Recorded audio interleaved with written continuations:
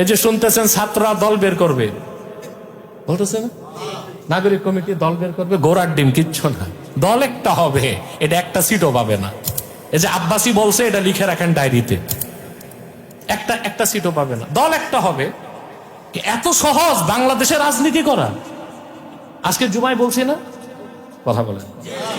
ভাসানির মতো মানুষ চলার বাড়ি খেয়েছে, তাও নারায়ণগঞ্জে এসে। কোথাও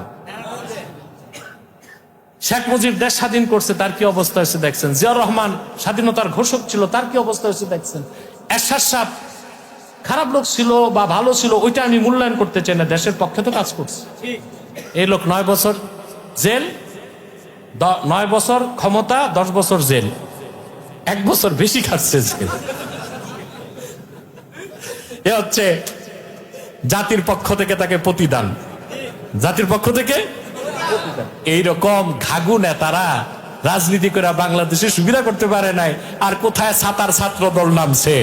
দেশ স্বাধীন আন্দোলন এক জিনিস, দেশ চালানো আরেক জিনিস।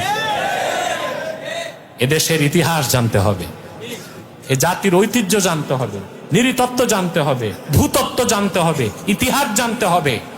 এদেশের মানুষের ইনার ভয়েস, মনের ভিতর কি বলে তারা, ওইটা বুঝতে হবে, ওইটা বুঝার মতো কান লাগবে। এগুলো যেগুলো জ্যানজেট কি বলে, এগুলো তো এখনো না বলে। এগুলো কি মানুষের ইনার ভয়েস বুঝবে নাকি?